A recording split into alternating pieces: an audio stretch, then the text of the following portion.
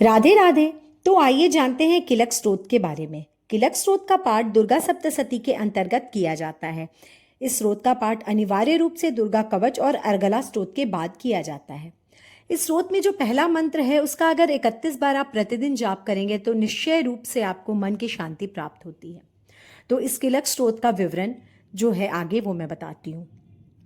तो इसमें मार्कंडेय जी कहते हैं, विशुद्ध ज्ञान ही जिनका शरीर है, तीनों वेद ही जिनके तीन नेत्र हैं, जो कल्याण प्राप्ति के हेतु हैं तथा अपने मस्तक पर अर्ध चंद्र धारण करते हैं, उन भगवान शिव को नमस्कार है।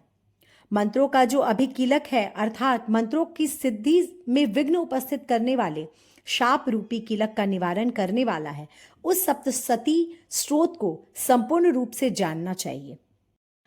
उसके भी उच्चाटन आदि कर्म सिद्ध होते हैं, उसे भी समस्त दुर्लभ वस्तुओं की प्राप्ति होती है। तथापि जो अन्य मंत्रों का जप ना करके केवल इस सप्तशती नामक स्रोत से ही देवी की स्तुति करते हैं, उन्हें स्तुति मात्र से ही सच्चिदानंद स्वरूपिणी देवी सिद्ध हो जाती हैं। उन्हें अपने कार्य की सिद्धि के लिए मंत्र, औषधि अथवा अन्य किसी साधन के उपयोग की आवश्यकता नहीं रहती। बिना जप के उनके उच्चाटन आदि समस्त अभिचारिक कर्म सिद्ध हो जाते हैं।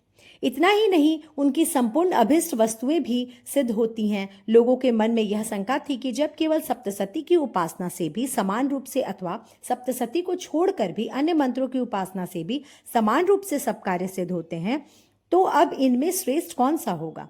लोगों की इस शंका को सामने रखकर भगवान शंकर ने अपने पास आए हुए जिज्ञासुओं को समझाया कि यह सप्तशती नामक संपूर्ण स्रोत ही सर्वश्रेष्ठ एवं कल्याणमय है।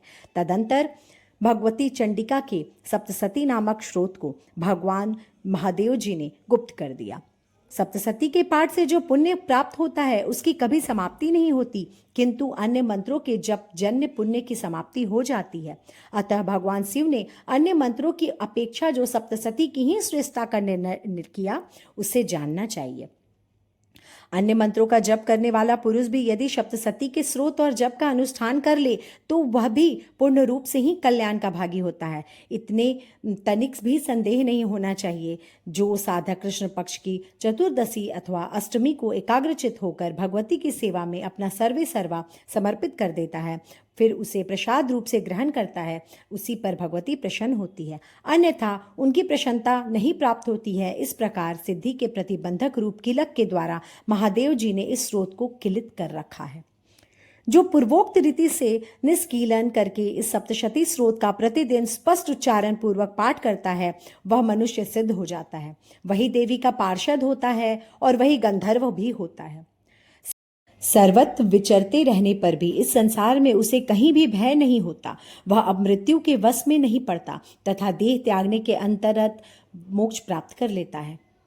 अतः कीलन को जानकर उसका परिहार करके ही सप्तशती का पाठ आरंभ करें। जो ऐसा ही करता है उसका नाश हो जाता है। इसलिए किलक और निष्किलन का ज्ञान प्राप्त करने पर ही यह स्रोत निर्दोष होता है और विद्वान पुरुष इस स्रोत निर्दोष स्रोत का पाठ ही आरंभ करते हैं। स्त्रियों में जो भी कुछ सौभाग्य आदि दृष्टि गोचर होता है वह सब देवी के प्रसाद का ही फल है। अतः इस कल्याण में स्रोत का सदा जप करना चाहिए। इस स्रोत का मंद स्वर से पाठ करने पर स्वल्प फल की सिद्धि है, अतः उच्च स्वर से ही इसका पाठ आरंभ करना चाहिए। जिनके प्रसाद से ऐश्वर्य, सौभाग्य, आरोग्य, संपत्ति, शत्रुनाश तथा परम मोक्ष की भी सिद्धि होती है, उस कल्याण में जगदम्बा की स्तुति मनसा क्यों नहीं करते। इति श्री दिव्या किलक स्तोत्रम संपूर्णम।